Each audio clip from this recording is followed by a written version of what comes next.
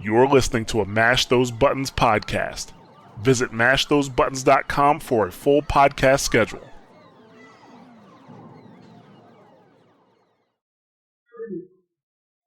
Guardian? Or is that Guardian?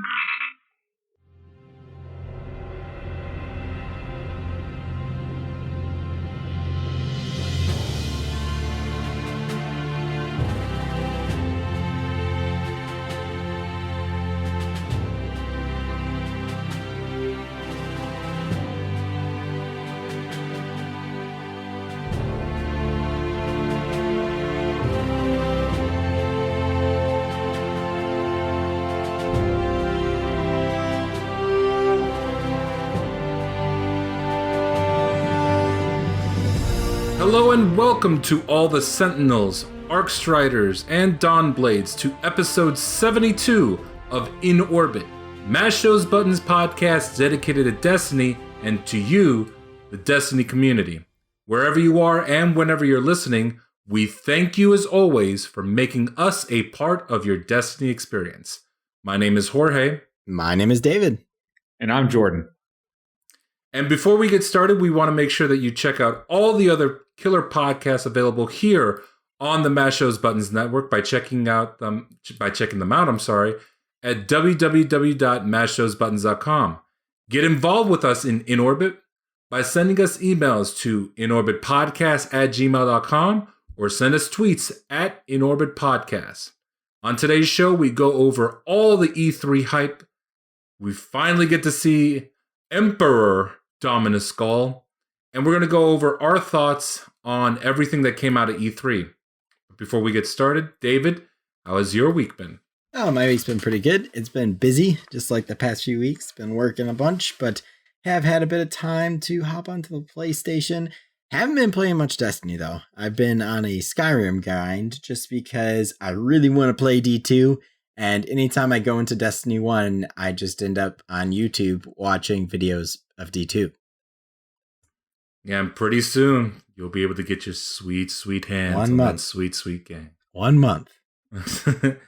And Jordan, how have you been today? Or this week, I should say. This week, been good. I didn't play a whole lot of Destiny. Starting to wind down a little bit. I'm going to try to build up the excitement for the beta.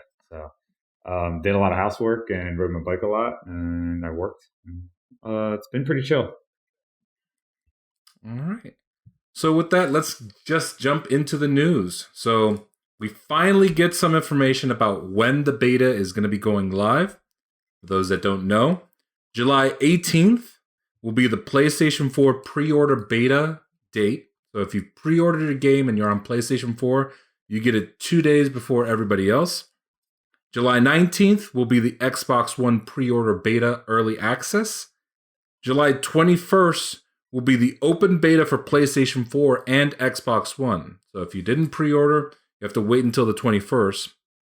On July 23rd, the console beta will end. Yeah, right. And late August, the PC beta will be available. Now you might be thinking, well, why late August and all the other consoles, late July? Well, here's the very, very bad news for PC players, and it's really unfortunate that it's going to be this. September 6th, by the way, they did change the date of Destiny, which screwed up all my vacation time. September 6th, the game will be available on PlayStation 4 and Xbox One. However, the game doesn't go live on PC until October 24th. So let's discuss that for a little bit. We finally get some hard dates for some Destiny beta action, which I know I'm excited for. What are your thoughts on that big gap for PC and console? We'll start off with you, David. Well, I mean, they already said that PC was going to be coming a little later, and I think it's because they really want to flesh it out. They're making it so PC isn't just a port. It's an entirely different game, per se. It's a Destiny designed for PC. They're making the guns act differently. Recoil different, reticle's different. It's all going to be designed perfectly for PC. So obviously they needed this just a little bit more time with it, and that's why I'm okay with it. I'm also okay with it because now I get to play 2 betas. I get to play a console beta and a PC beta. So like I'll get to play in July, get to play in August, then it comes out in September. I'm okay with that. So you are invested in that PC beta then? Yes. I have some friends who are only going to be getting the game for PC, so I'm going to be rocking the 2 consoles this time around. I'm going to be rocking PS4 and PC. Okay. Oh, God. Well, what about you, Jordan? What are your thoughts on that? Well, if I'm going to be selfish about it, then yeah, I'm like David. I think it's pretty cool that I'll get to play the beta twice for PS4 and PC because I'm going to be doing the same. I'll be playing on PC as well. But I think it's a bummer. And I said this last time. And basically, it's just a bummer for the PC players because they don't get to experience it as fresh. Well, I mean, they could always skip over all the coverage and not look at everything, not read any articles on it. But it's going to be out there. It's going to be flooded. It's a big game. The hype is so big. It's going to be hard for them to avoid it. And they're going to be sitting there, waiting to play this game while all the console players are going to be playing it. And I feel for them a little bit, but the game on PC supposedly looks great, plays great, so hopefully it'll be worth the wait for them. Yeah, I mean, I guess for me, we've already mocked Destiny 2's story. I'm sorry, Destiny's story. And we already see great emphasis on story for Destiny 2 that I would be a little bit upset if I were a Destiny 2 player on PC knowing that my game is going to be coming out almost a full 2 months after it came out on console. Just because everything gets spoiled. You're going to know how to do the raid. You're going to know how to do just about everything. I mean, we don't know when the raid comes out. But I'm guessing it's safe to say that it's going to come out before the PC release date.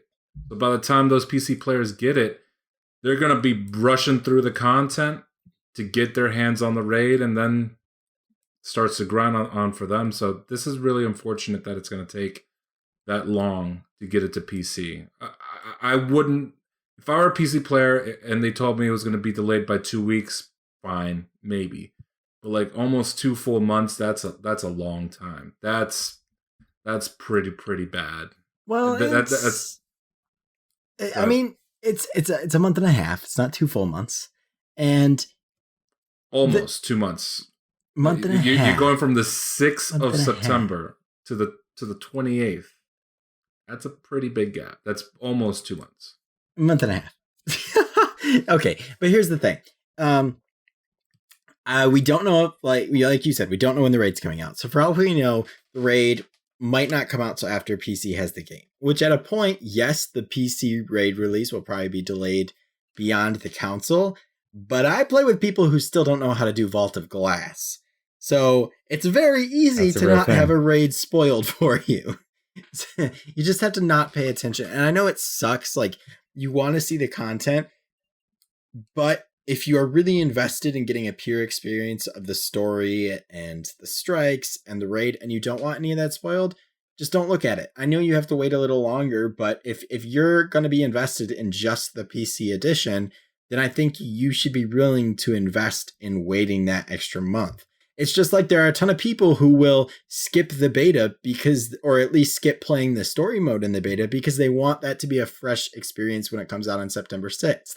I know people that haven't watched the playthroughs of the story or the strike because they want to see it for themselves the first time when they play it, when they get the game September 6th. It's the same reason why people don't watch raids on day one, because they want to wait and go in blind with their friends. So yes, it does kind of suck in a way, but it is doable, very doable to avoid the content and take it in at your own pace, wait to see it, stay invested in the way you want to stay invested. Yeah. Yeah, pretty much.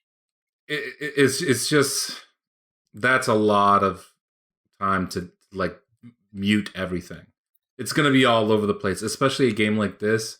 Everything is going to be all over the place. It's going to break everywhere. It's going to be impossible, almost impossible to ignore everything. I understand what you're talking about. I understand about going in blind. But by the time it's live on PC, we will have started to grind and farm the raid on console. Maybe. We don't know that for sure. What we will have is console players going to PC like David and I that will have already ground and probably gotten quite a bit done in the game before PC launch. So we're going to have that head start. That also is another factor because I know PC players that it's not that they don't want to play with me knowing that I'm going to be playing on PS4 beforehand, but they're going to want me to shut the heck up. Not talk to them. Right. Hey, you can play with me, but don't tell me anything, So be respectful of your PC brethren. That's what we're saying. All right. So another thing I want to bring up is there was 2 articles. The first big one was Game Informer's. And it was expounded on Kotaku's articles. We'll include this in the show notes. But this is basically talking about the story for Destiny 2. And PC, was it PC Gamer was the third one? Wasn't there a third one? Luke Smith? There was one with PC Gamer as well, but the one that really talks about the thing that's kind of concerning. So I don't mean this as just saying, oh, it's a tragedy, it's the end of the world, whatever. Let's take it bit by bit. Because I looked at the title of the one article that everybody's referencing, and it's a little misleading. So there's 2 big things that came across with regards to these articles, and they're talking about the story about how Destiny 1 and Destiny 2, they're related, but for the most part, Destiny 2 is its own thing moving forward. Everything from Destiny 1, the concepts, the characters kind of move over, but the story is just like, whatever. And what I mean by that is this. We know that when we die in Destiny 1, it says that darkness consumes you. And for the longest time, even in the Grimoire, we've had this vague reference of the darkness. What is this darkness? What does it mean?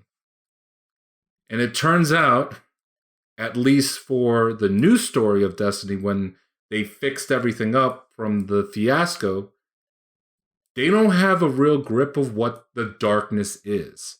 The darkness isn't the Hive or the Fallen or the Cabal or the Vex. They may tap into something that is malevolent. For example, we know that the Hive dealt with the worms, but we don't really know what the darkness is. And apparently neither does Bungie. So this is the actual quote from Luke Smith. We've never really said what the darkness means. Ultimately, we do owe our players a story there. What is the darkness? But that's not this game. We wanted to remove as much of the extra terminology as possible and focus on telling the Destiny 2 story. In doing so, allow Destiny 2 to usher in the rest of the saga. It's going to start some threads that we intend to carry through. So basically, don't try to expect a resolution of things. In fact, when they were talking about the Stranger, Luke Smith's own words were that he believes that the Stranger saga came to a natural conclusion in Destiny 1 Vanilla. Well, okay. Here's the thing. No. The way they saw it, and we all know the story got rewrote and torn apart and stuff right before the game came out. The way they saw it, the Stranger had her little arc where she helped you through. She gave you a cool gun. She left to do whatever she does. We all, thanks for the memories. We all as players who want more want to hear more from her.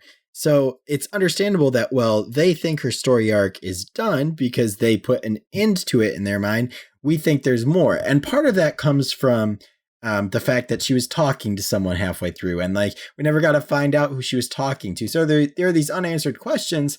But then there was the stuff that came out, I think it was over a year ago now, where it was like, oh, like the reason why she was talking to someone was because that cutscene was actually made for a different story, but then was reused. So in a way, there were questions that were put forth that we think need to be answered, but Bungie doesn't see them as needing to be answered because in Bungie's mind, those weren't even part of the story. That didn't even truly really happen in their mind. Then you have the thing with the darkness, and I don't know exactly where it is, but there's a quote in one of these articles as well where they say that they started using the darkness just to describe enemies, and that's why in D1 you see like you've been consumed by the darkness, because they were just using the darkness to refer to all the enemies. It wasn't this entity like a dark force that the enemies draw from. It was just referring to the enemies. That's why our gear and armor and stuff has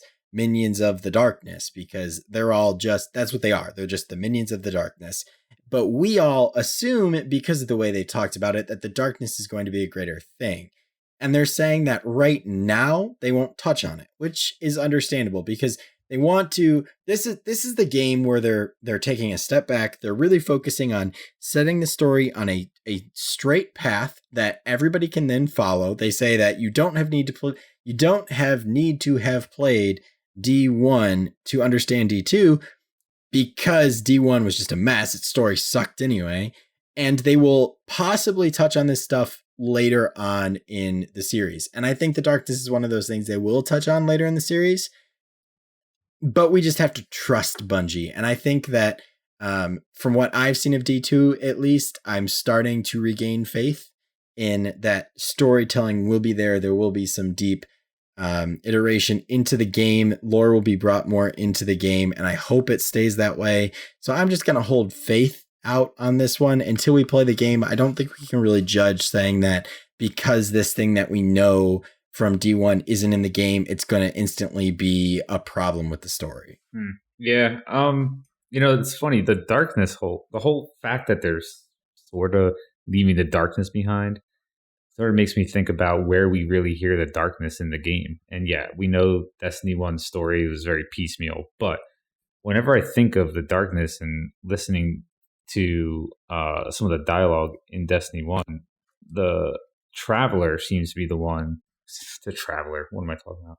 The speaker seems to be the one that I sort of connect to the darkness the most, the one who talks about the darkness. Some of the dialogue that runs in my head whenever I hear the words "the darkness," it's being spoken by the speaker. And I know there's got to be something with the speaker. I guess he's missing still. We still don't know anything about him. After the attack on the tower, he could be dead, whatever. I sort of see him as full of shit to some degree. And I'm wondering if leaving the darkness behind may be part of them sort of playing into the fact that maybe the speaker isn't all he was cracked up to be. So with regards to the darkness, it was a very big part of the original vanilla storyline. They definitely talked about the darkness a lot.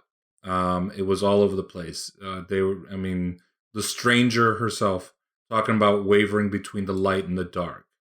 Queen Marasov, she was talking about the darkness a little bit with regards to the Awoken. These speakers all about the darkness. Then came I don't want to say the two DLCs because they pretty much were their own self-contained stories. But if you notice in Taken King, the narrative shift to really talking about the light. It was all about the light. And yes, there was talk about the light, but very little reference to the actual darkness. It seemed to start going in the direction of the Traveler gave you power and you're wielding the light. The problem that I have with this is this. I get where they're coming from. The entire story of Destiny 1 was a mess, and they cleaned it up as best as they could with Taken King. But there's so much there from Destiny 1 that a lot of people are invested in that they wanted some closure to. And it looks like some of those things are starting to get resolved or will be resolved. For example, the Osiris storyline, which is a huge piece that everybody's looking into. And the same thing with the Rasputin storyline. Like, what exactly is going on with Rasputin? we're going to get some sort of resolution to those stories in the expansions that are going to be come out later this year and next year. But the whole concept of the Traveler, we're still trying to figure out what the Traveler is. And again, we're not really advancing the original storyline that they had.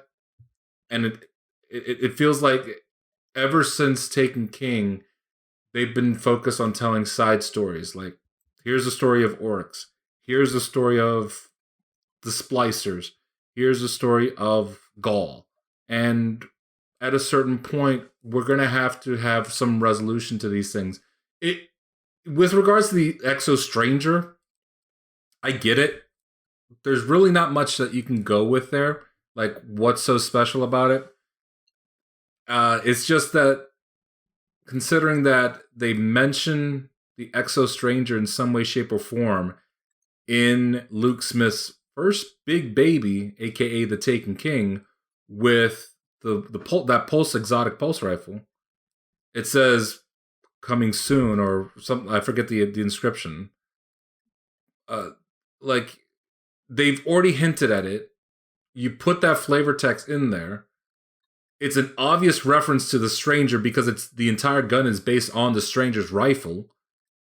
So if that was really your plan to, kind of move away from her, why hint at it?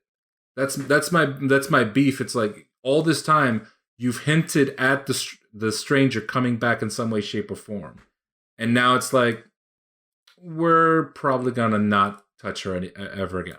Well, you do have the option that Luke Smith could just be saying we're never going to touch her again, and then she becomes a full character in one of the whatever they're called, expansions. Because she could be working for Rasputin or working for Osiris, and like he could just say this. That would be a very Luke Smith thing to do. Would just be to say, oh yeah, she's done. We wrapped it up, and then it comes back because he doesn't want to be like, oh yeah, by the way, she's the main side character in expansion number 2.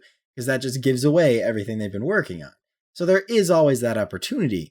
With regards to what you're saying with the side story things, I kind of disagree. I kind of feel like, well, I think Rise of Iron was more of a side story because it was kind of irrelevant to everything that was going on. I think Taken King was a main story because the Hive had been part of all of this, and we had taken down Oryx's son, so now he's coming to attack us. He was the big bad of the Hive, someone we'd been fighting for a year. Yeah, I'm sorry. Go ahead.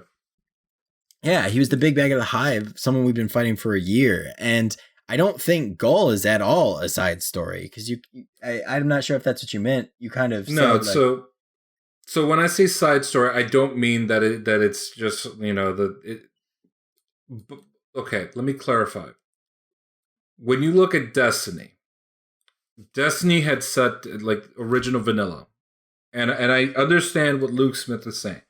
But you still cannot ignore that there was specific things set forward with Destiny vanilla. You have all these different races that you introduced. The Fallen, the Hive, the Cabal, the Vex. And now we kind of have to take it as its own little separate thing, but the Taken, because I'm also going to include Taken King's update to all the enemy classes. Because you have all these different races, you had a giant story set up, all these different sprawling storylines, and the big main storyline was to stop the darkness with the Black Garden's heart. You stop it. But you've established that darkness was going to be playing in some way, shape, or form in the main storyline, and it influences everything. The darkness was established, even in Taken King, the darkness was established as the enemy that basically pushed the Traveler to the vast expanses of the universe to eventually land on Earth. And wherever the Traveler went, a whirlwind, as the Fallen called it, happens. Happened on Fundament. Happened on the Fallen's main home planet. Happened to Earth. So it doesn't seem like there's some sort of resolution to that story. That was a big piece of story that carried on through year 2, and now it seems like, okay, now we just have an invasion of Cabal. So we've kind of ignored that whole main story. Like, when I'm looking at the main story, the main reason we have our powers is the Traveler. And we have no resolution to that main storyline or an advancement. All we have, and I don't want to minimize this, but what we have here is an invasion of Cabal coming in.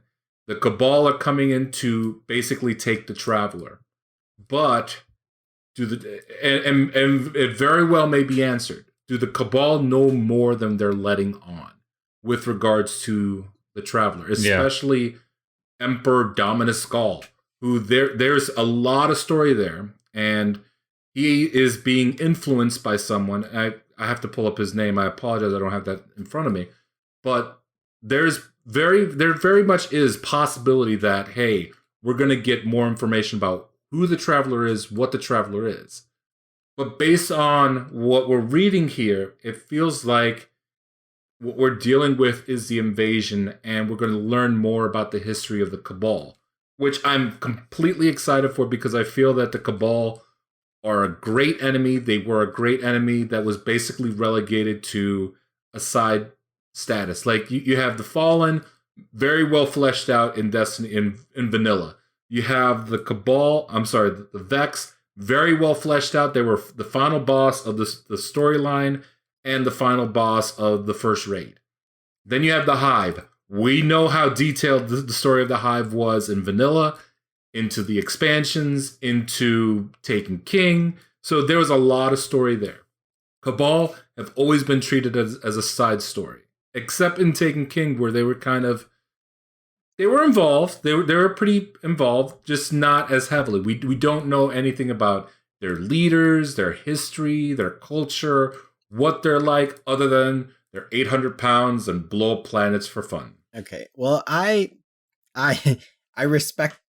respectfully, thoroughly disagree, because in vanilla, I don't think there was a main like you're saying there's a main story and we follow and we're not I don't think there was a main story in vanilla. When you go through vanilla, and this is part of it with being the shattered story that we've talked about in the past. At first you're fighting the Fallen. Then for some reason you're fighting the Hive and they have a piece of the Traveler. Oh no, then you free the Traveler. Now all of a sudden you're fighting the Vex. And then the Cabal kind of show up for a second, but you're really fighting the Vex. When I played the story for the first time years ago, I had no idea what was going on. I did not know who the main bad were. I thought the Fallen were the main bad. Then I was like, oh, maybe the Hive are the main bad. And then still all the way up until the end, when I was killing the heart of the garden, I still thought the Hive were the main bad guys. I was like, why are we going to the Vex when the Hive are the main bad guys? So I really don't think there's anything that they're really not pulling forward. It was like the first hint at a furtherance to a story came in Taken King, when you're doing the one mission and it's like, oh, we've tracked God, I keep losing words tonight. They intercepted a signal sent to the Cabal Empire, and right. It's asking for help. It was sent directly to the head. So that's kind of where this has come from. And that was the first time we actually got a furtherance of a story put into the game. So now this is being furthered upon. And I really don't think you can say that this is just simply a Cabal invasion, because it's not. This is 100% why the Traveler matters to us so much, because they're coming and they're taking away the Traveler, and we have to fight to earn that back. This is the game. This is the story where we're really learning what it means to be a Guardian. Or at least that's the way Bungie has put it, and I have faith that that's the way it's going to be. We are going to finally experience what it means to have and not have our powers. As Dominus Gaul says in the kick-ass new trailer, he's going to teach us what it feels like to be able to die. And that is awesome. This is the first time we have something like that. It's really, really, I think, going to flesh out what the Traveler has done for us, what it can do, and why we have it. Yeah. And I think saying that this is simply a Cabal invasion is like not giving any credit to the way that Bungie and Luke Smith are swinging this part of the story. Yeah.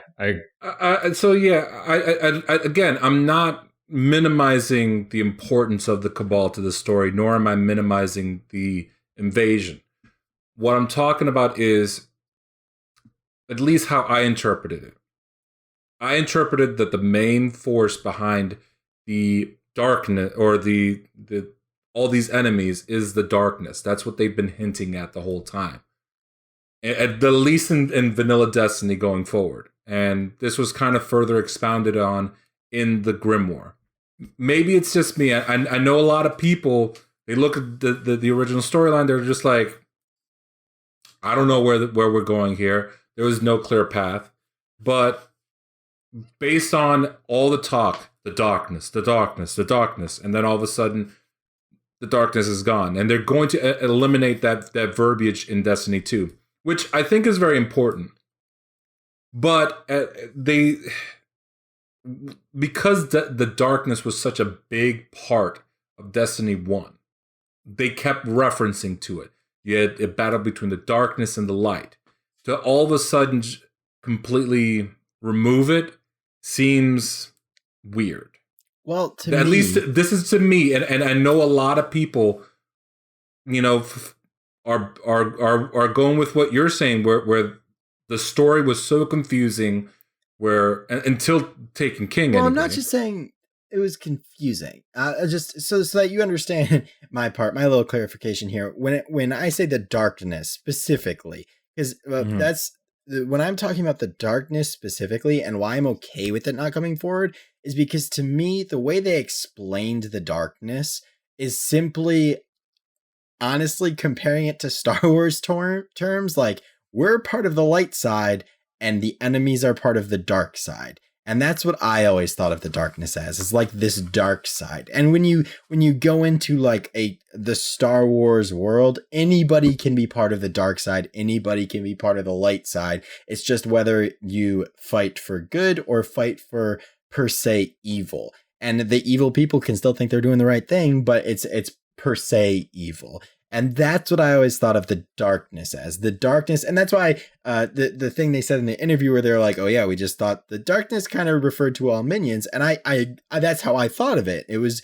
just simply the darkness is the bad guys. I never thought of it as a greater force controlling all the bad things that we're fighting. I just thought of it as our enemies. The darkness is the enemies of the light. Because we have the Traveler's Light, it's only natural to call things that are against the light the dark. And that's the way I always thought of it, which is why I'm okay with them ditching the term and not going further on that part, because to me, it's just, all right, people got confused by us using the darkness. We kind of got confused by us using the darkness. Now we're just going to call them enemies, because that's what they were. They were enemies. Right. I mean, I'm definitely glad that they're going to take... So people are like, the darkness, they're completely retconning the darkness out of Destiny. And no, that's not the case here. So there was a very misleading title for an article that I'm not going to link to. Basically, what Luke Smith is saying is they're taking the concept of the darkness, removing it for right now, reevaluating what it means, and then they'll apply it later on at a later date. Which means that they may retcon some of the story or change what it means. So I'm okay with that. I really am. I just want, and very well may be already in the plans for Destiny 2, and we don't know because we only know the basics of the story. But I want there to be more detailed information end game about the Traveler. Very clearly, Dominus Skull, who was taught, because I got the information, was taught by the consul, who's this political leader, who advised him on, taking over the Cabal Empire ship. He usurped Dominus Callus's throne. So he has some information. He's been here for thousands of years, based on what we've been given with regards to the Cabal and Dominus Skull. He has information. He's not an idiot. He knows what the Traveler is. He basically wants his people, the Cabal, and when I say Cabal, I'm talking about those big, hulking guys not the scions or the war beasts. He's talking about his people. He wants his people to be empowered by the light, which is why he's putting that claw right on the traveler. So for me, I don't mind that they're removing the darkness or the focus on the darkness. My concern is talk about the traveler, because it's the biggest icon in Destiny outside of the Destiny tricorn symbol. I need an explanation on the traveler, because all we know is it's a ball in the sky that gave us our powers. And I hope that, because the big thing in this game is learning about reacquiring your powers or learning how to use the light in different ways. We know that the light is going to be a big concept in this game, that I hope that they go and talk more about what the light is and how it relates to the traveler, and more about the traveler, because we know we're not going to be getting any Grimoire. So, and because of the whole thing that they just put out with regards to the console, I think he's going to be a bigger part of the story, and possibly, I have no proof of this, but it seems like he would be the raid boss rather than Gaul. Or Gaul may be involved, but it wouldn't surprise me if Gaul himself wasn't the last boss. If he wasn't the last boss. That would definitely be a good twist. But I do feel, kind of going on your point, I do feel that we're going to learn more about the Traveler, because you're right. The Cabal obviously know a lot that we don't seem to know about the Traveler, enough that Dominus Gaul is literally coming across the galaxy to steal the Traveler from us. So obviously he had knowledge when we're just like, oh, it gave us power. We're going to use this. This is cool. Defend a city. But he's like, no, I want this power. I know about this power. So I think that will definitely help us learn more. It is kind of a weird thing with no Grimoire, because like, I'm worried that we won't be able to have as flushed out of a story, because I was always willing to go read the Grimoire. But I'm hoping that just means that through cutscenes and story, we'll learn everything we need to learn about Dominus Gaul, the Council, the game itself, the story, the Traveler. And I really hope that that is all flushed out, because I think this is an opportunity for them to tell us a lot more about the Traveler than we already know. They said that there's no Grimoire, but that doesn't mean there's not going to be other things to supplement the story outside of the game. There's mention of comic books and other things. I mean, there's a lot they can do. Well, let's not go on the comic. I don't think the comic book thing was serious. I think that was more... I was using it as an example, but I get it. I know. I'll shut up. That's fine. No.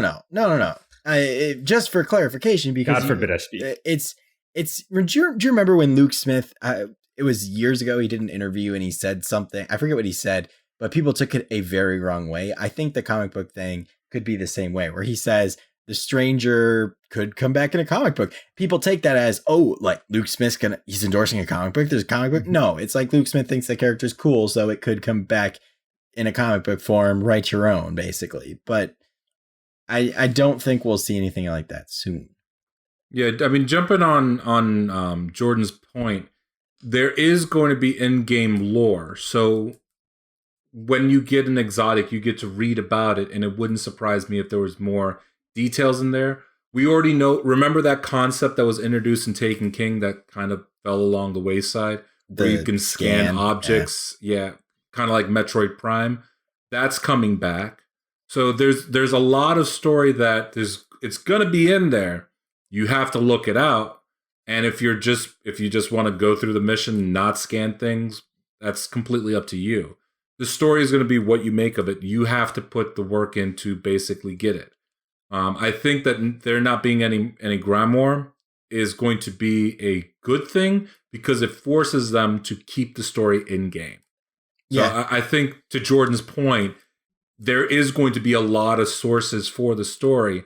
And it wouldn't surprise me if in the future they did explore comic books or the side stories, such as the Stranger, everything with regards to the Thorn, those characters, even Rasputin. Activision likes their money. Yeah, I mean, we already know that people will spend money outside of the game I'll be the one to admit I pre-ordered all the Funko Pop figures. Mm. Anyway, we already know that the people are going to spend money outside of the game with regards to the actual game because it's such an intriguing game that we want some more clarity on. That was the thing we begged in Destiny 1. So again, to Jordan's point, it's very well possible that there could be comic books down the line. We just don't know at this time, outside of in-game story, what's going to be happening with the story. Yeah. So at this point, before we continue, David, why don't you go ahead and talk about Mash Those Buttons, please? Well, Mash Those Buttons is your ultimate resource for video game commentary, reaction, and involvement by a variety of opinionated and informed gamers who love gaming of all kinds. Covering a large swath of gaming, we cover the latest news and information on the games you care about and always provide unfiltered commentary and fun. Check out all the killer podcasts available today right on the Mash Those Buttons network and website at www.mashthosebuttons.com. Thank you very much, David. So I want to continue talk about E3, and the big thing that was available at E3 was Arc Strider gameplay. Let's just put it. Is that what you're getting at? But I was gonna get to Arc Strider. Yeah, but what I was gonna say was basically Arc Blade version 2.0. It is not in the slightest. They bro. did say that it's it is reworked. Way more OP than. Just kidding. No, it's not OP. It's.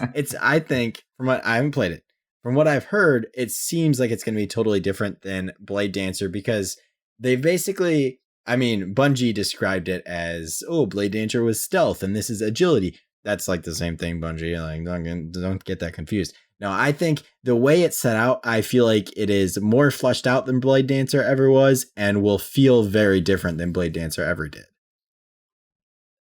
I would hope so. But I think that they said for Arc Strider that the grenades and a lot of the abilities carry over to some degree. I think I saw a hunter in one of the gameplay videos.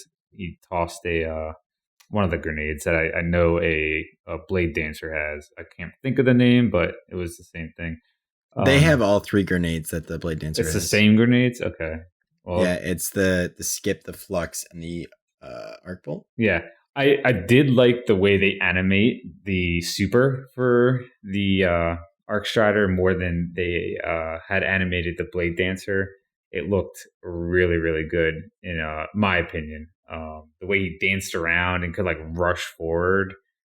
It seemed like it may be not OP, but I think it's going to be more useful and more powerful. Of course, I'd like to get my hands on it, but the murmurs in the community that up from the people that have gotten to play it seem to like it. One interesting thing that I noted that I didn't get a chance to go back and watch the video, but I was watching lots of videos earlier today trying to catch up on things after being busy, was that I believe I saw a hunter melee without a knife. Did anyone else catch that? No. I did not see that. So link me the video. I will. And I'll watch it. Watch Arc. I could be wrong, and I know I don't like to just like throw something out there without double checking, triple checking. But I swear I saw a melee, and I swear I saw the hunter punch, like with a fist, no blade. I was like, "What? Wait, this is hunter gameplay, right?" And then I saw the character pop their super, and it was Arc Strider. I was like, "Oh my god." I gotta watch it again, but check the videos. There's some interesting little tidbits that you can catch in the Arc Strider gameplay videos. It could have just been a glitch. It is a pre-build. True. I just keep an eye out. I've been catching some little things. That was something that was maybe big. He could have had a knife, and it was just in a different position, and it looked like a position. Punch. Yeah. But the one thing they definitely changed animations up a lot. The one thing about the Arc Strider that is slightly, maybe future problematic, but I think is awesome. So I said it was built around agility. The rumor from those who have played it, when you are in super, you have unlimited dodge ability with your hunter. Yeah. Yes. And another thing that is a big change is the fact that your jumps are more in line with all the others, which for a lot of people who play Arcblade now, that's going to be a little bit of a thing to get used to. There's going to be a triple jump, a double jump with, they call it strafe jump, which is double jump with more control, and the actual double jump high jump that they had before. So this is going to be in line with basically what it was for Gunslinger and Night Stalker, which means Blink is kind of going out. Now, we don't know if the Void Walker has the Blink ability, but if, let's say, the Void Walker has no Blink, that's another big thing that they took out of the game, just because it was such a hard thing to balance in Destiny 1. It wouldn't surprise me if they took it out. They sort of made it somewhat useless in PvP for a little while recently. They took away part of the nerf, but it's still sort of a pain in the butt in PvP to use. It's not the go-to jump. I don't know. I still use Void Walker in PvP, but I sort of go back and forth between using that and one of the other jumps. So leaving that out would probably be best for the game, taking it away from all classes. And I know they're taking away like Sunsinger and replacing it with Dawnblade, because that was hard to balance in some instances. I wouldn't necessarily complain because it's giving us new things to use, new abilities to try. And it is a different game. It's a new game, so we'll have to play and learn to play differently. So I'm fine with that. Yeah, it seems like they're kind of narrowing the gap on abilities with everything. Everything's kind of being brought closer together, which I'm okay with. It is still a little weird to me that this does seem very PvP balanced focused in a way. Where like they're like, oh, like Blink didn't work too well in PvP, let's kind of remove it. These perks didn't, the perk balancing didn't work too well in PvP, let's kind of remove it. But I do really like the way they've set up perks for this, where it's, all right, you got to focus down this tree and you get all this crap. Or you can focus down this tree and you get all this crap. I'm just kind of, I don't entirely know how it works yet. I don't think anybody entirely know how it works yet, but I'll be interested to see how specific you have to, like specify your character, because I don't like it. I don't think it'll be a permanent choice. From what it looks like there's going to be some sort of rare material you can get that then can make it so you change which tree you've selected. But, I do like the way they've done this with the abilities. I don't mind that they've removed Blink. I think it's good that they're narrowing down abilities. It does keep the game simplified in a way that keeps it fun, playable, easy to manage, and obviously balanceable. Yeah. So, I mean, here's my theory, and you can take from it as you wish. I think that you don't just add a new subclass or a remade subclass, whatever you want to call it, into the game without taking into account what was the previous subclass's weakness. And in Destiny 1, the Arcblade's biggest weakness was all of PvE. Let's be fair. Yeah. It was a tough class to really use in PvE effectively, or want to use effectively. Now, there were several instances where it was a very, very powerful thing to have. For example, Arcblade was a very powerful perk, or powerful subclass, I should say, to use in Crota's End, because there were a lot of instances where you might have had to solo, let's say, the bridge. And if you hide behind the lantern, going invisible, pick off the different enemies, all of a sudden you could solo the bridge, by your without any assistance. And then there was the different methods that people use for Crota, where they stabbed him to go invisible, slammed him with the sword as he's getting up, activate a super or whatever, basically becoming invisible so that he doesn't do anything to you and you can stay right next to him. So it's going to be interesting to see how Arc Strider plays. And my theory on the game is we're going to run into situations where we already know that the Dawn Blade is about a lot of damage on a specific target at one time. It feels like what they're doing with Arc Strider is clearing out large areas of ads. Like, let's say you get surrounded by Thrall. Yes, they are coming back. You could easily pop, the Arc Strider, clear out these ads while your teammates focus on other things. So you have options here, and it's going to be really, really cool to see how they implement that. Because let's say that, let's use the current raid, Wrath of the Machine. There are a lot of instances where you get surrounded by enemies. Like, for example, when you're doing the Death Zamboni, all those dregs that come out. If you would have a somewhat range, because the Arc Strider, he's gonna take out and a whole bunch of enemies in an area. He swings his staff. It could take 3 enemies out. When you think the Arc Blade, you're swinging at a specific target.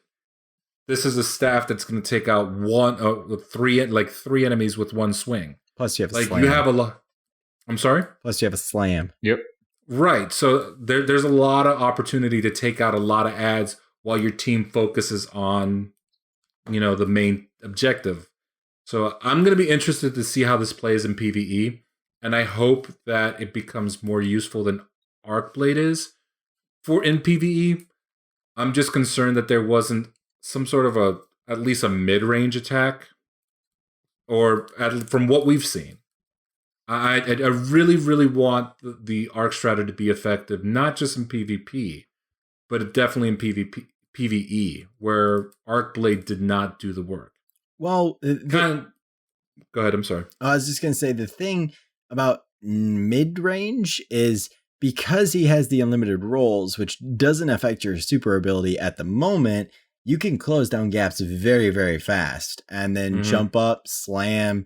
There's a thing where one of the perks that people saw and is on the tree is if you come out of a dodge, your next hit double hits. So say you need to hit a stronger enemy, you dodge, then you get a double hit on them, it takes them out. So I think it's been built in a way that it will be effective in PvE, but it's not going to be one of those supers that you want to use when you're facing like a giant boss or anything.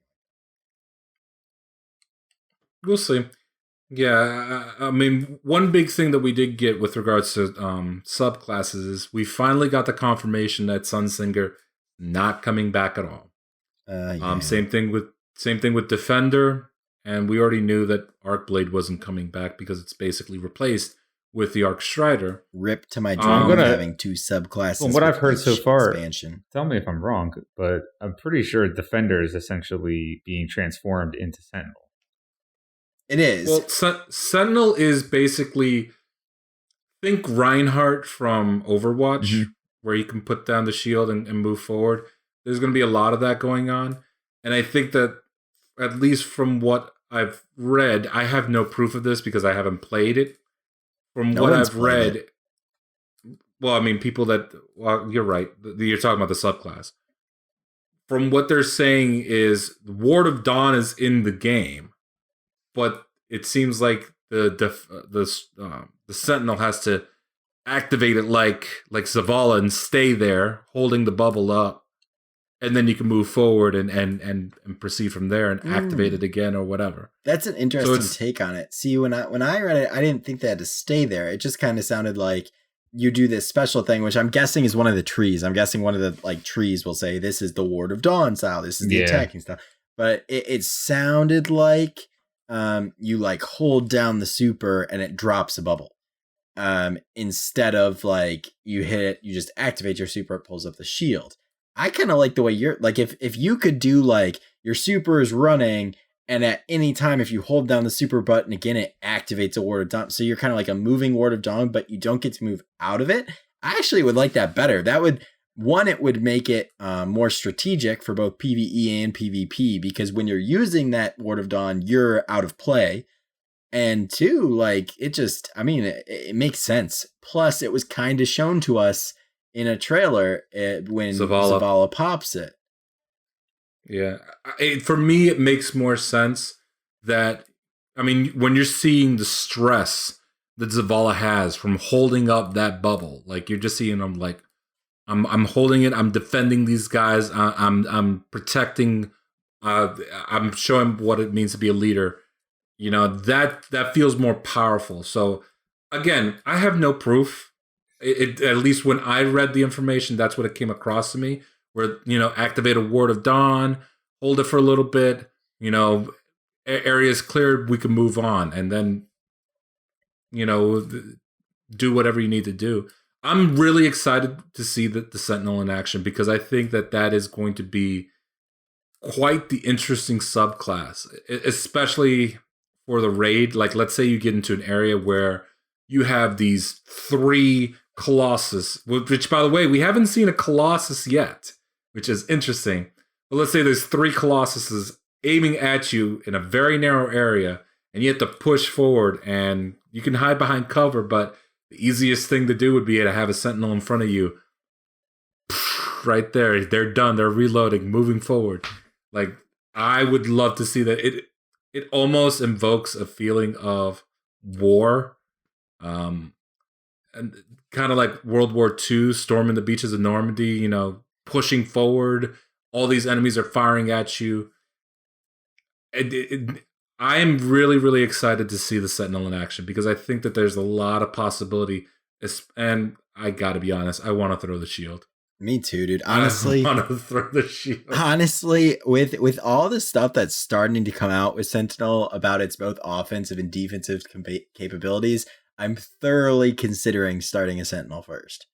I'm going to use the beta to decide which one I start first when I get the real game, but like the fact that it's got that strong defense and strong offense makes it a very viable choice for having a great PvE class right off the bat. Yeah, that's what I think is going to shine. It's definitely going to be a PvE powerhouse. And I started as a Warlock in Destiny 1, and I plan on doing a Warlock for Destiny 2, but I'll be honest, that subclass looks pretty awesome. I may start as a Titan for Destiny 2 now. Yeah, I was a hunter. But I mean, I was a Warlock in the alpha and beta, hunter when game released. And I'm not sold on being a hunter again, just because pole dancer, arc strider, whatever we want to call it. It looks fun, but I'm going to be playing a ton of PvE first, and it looks more like a PvP centric class. Could be. I'm sorry, but Hunter's masterclass. Anyway, I'm really excited for the game. I'm really excited to know that we're basically a month away from the beta. I've been chomping at the bits to play this game. I have to be honest, I haven't played much Destiny lately, just because there's not much for me to really get out of it. And people I know that I've already helped out. So I'm not poo-pooing the game. It's just I think I've reached my limit, and there's very little that I'm going to be getting from it. Hey, Jorge, we're going to play Trials after this? Oh, God. Anyway. Let's go play Killing Floor. I'm really excited to see what's coming in the future. But there's one last question I want to ask you guys before we end the show. We know that the beta is coming out in about a month's time. How much content do you honestly believe we're going to get in the beta? Mm-hmm. Because in Destiny 1's beta, we basically got a fourth of the content. Yeah, you got level 1 to 8, most of the patrol. We got to play on the moon. I think we're going to get 1 story mission, 1 strike, 1 PvP map, and then some form of a special event on the weekend. What about you, Jordan? I'm thinking we're going to get a little bit more than 1 mission. I think we'll get maybe a couple missions. 1 strike is plenty. 1, maybe 2 PvP maps. I'm thinking a little bit larger than what David's thrown out there, but not much, because it's only a week. or less for most. So Well, I think we'll get to go into patrol too. I didn't say that. yeah, true. You'll probably get patrol. Now, in patrol, we may get a taste of some of these other new encounters and features that they've added in too. So that could be nice. And then just exploring some, if we get to see, I'm assuming the beta is going to allow us to see some of the new landscapes and maybe a new planet or two. So maybe not too much. Let's say a new planet or a new area if we're on Earth. So yeah, I'm thinking that I may actually be more excited to do patrol if they include any of the new encounters and features in the patrol areas. Because I mean that's like new, so I really want to experience that. But that may be too much to ask for the beta. What about you, Jorge? What are you thinking? I honestly think that we're gonna get kind of like what David said. I think it's really, really hard to, because the first area that we're gonna be getting into when we go into Destiny 1, or I'm sorry, Destiny 2, is the European Dead Zone, and from there we branch out to the other planets. But we know that the European Dead Zone is a huge, huge part of the new experience. In fact, it's supposed to be the most distinct thing, and we haven't really seen too much of it.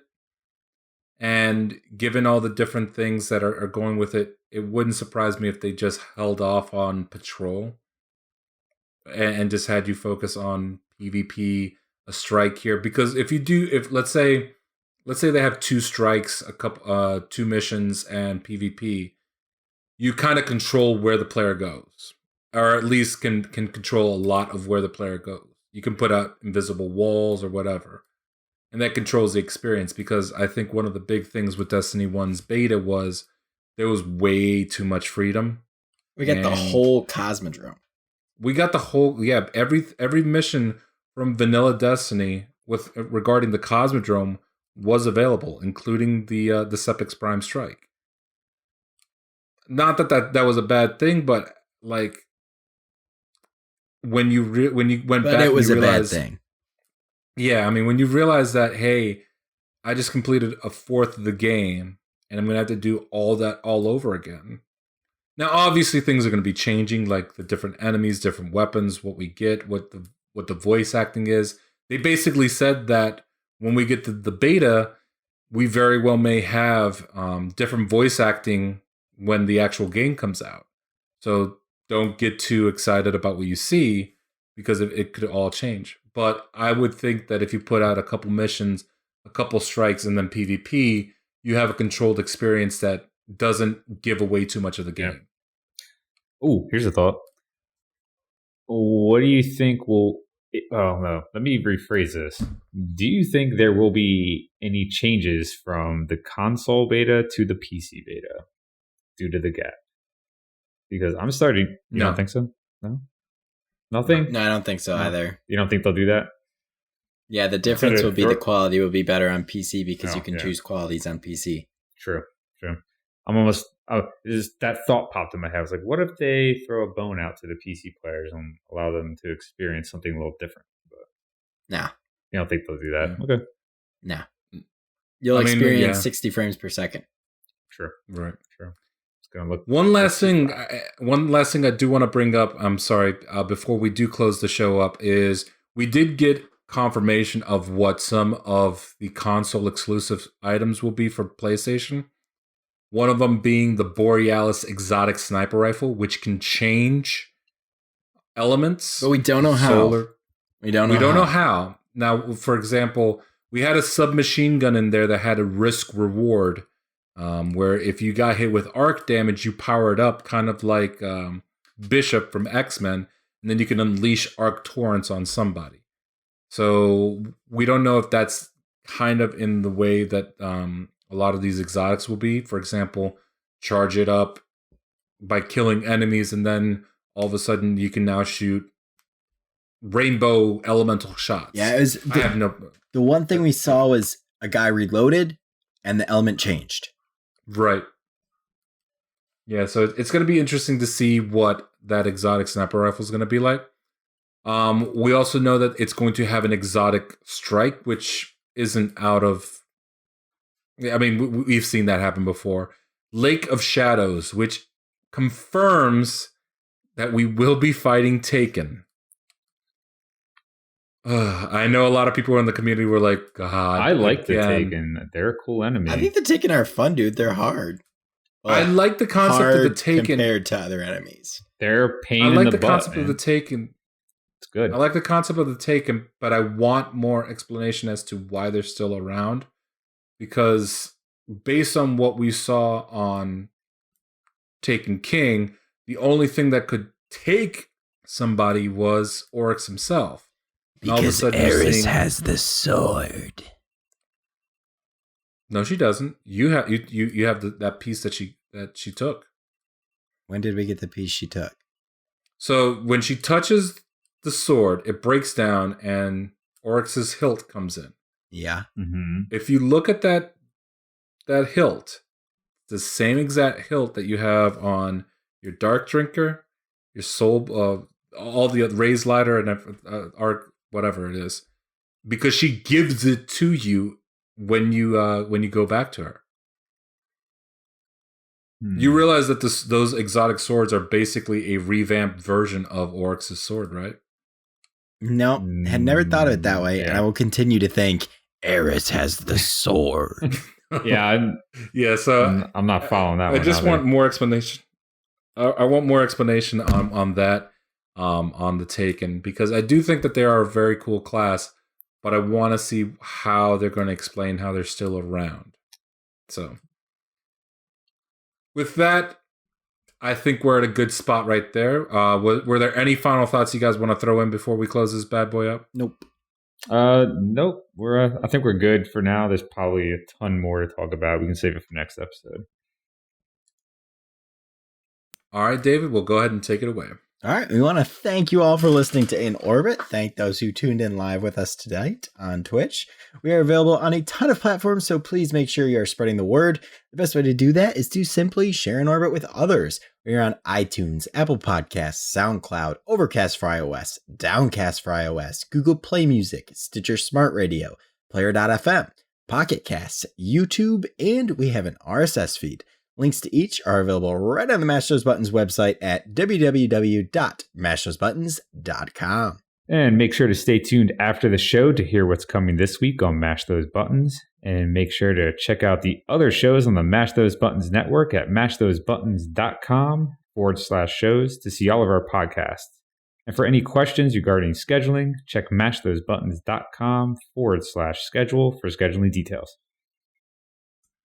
Check us out on twitter.com/mtbsite, twitter.com/inorbitpodcast, facebook.com/mashthosebuttons, youtube.com/mashthosebuttons. David, where can people find you at? You can find me on Twitter at dsbolt and stream on Twitch, dsbolt, no spaces, no underscores. And Jordan, where can people find you at? You can find me streaming on Twitch at twitch.tv/IamTbot, spelled IamTweebot. And as always, you can find me on all the different social network sites and gaming platforms via my screen name, Go2NRG. That's GO2NRG. Make sure you contact us with any questions to inorbitpodcast@gmail.com or drop us a tweet at twitter.com/inorbitpodcast. My prior events are not a memory. It is momentum. It advances, leads, and controls, points and directs, shapes and forms. I may not enjoy everything that lies in front of me, but as in any story, the past needs resolution. We are the authors, the finishers of our fate. What is in my past is my prologue, and what is in my future is my destiny. On behalf of the entire In Orbit team, David, Jordan, Jarrett, and myself, we thank you for listening to our show, and as always, we'll see you on the next mission. Your destiny calls.